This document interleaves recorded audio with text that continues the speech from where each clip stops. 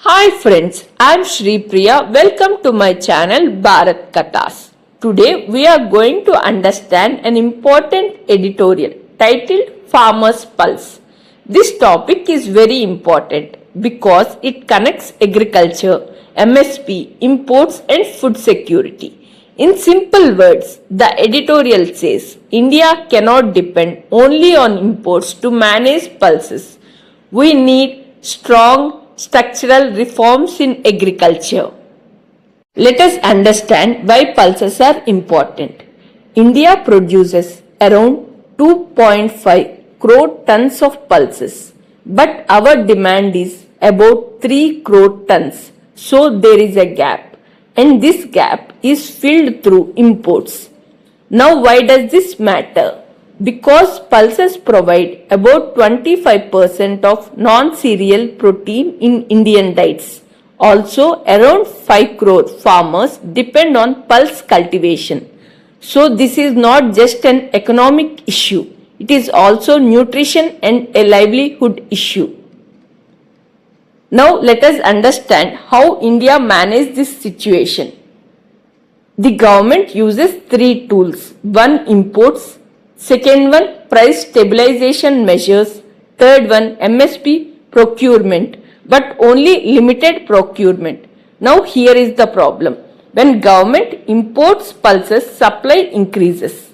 When supply increases, prices fall. Consumers are happy because prices are low, but farmers suffer because they get less money.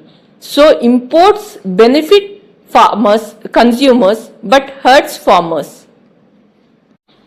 Let us understand about structural problems. First one, weak MSP implementation. For rice and wheat, the government strongly procures at MSP. But for pulses, procurement is very low, only around 2.9 to 12% of total production. That means MSP exists, but farmers cannot easily sell at MSP. Second one is poor procurement centers. In many states, proper centers do not exist. So farmers are forced to sell to private traders at lower prices. And third one is rain-fed cultivation. Pulses are mostly grown in dry areas. So they depend on rainfall. That means high risk and lower productivity. Because of all this, farmers feel insecure. All these create a vicious cycle. Let us understand.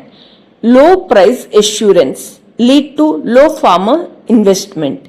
Low investment leads to low production. Low production leads to more imports. More imports reduce prices further. Again, farmers suffer. This cycle keeps repeating, and this is the core idea. Let us discuss government initiative. Government has launched a self-sufficiency mission in October 2025.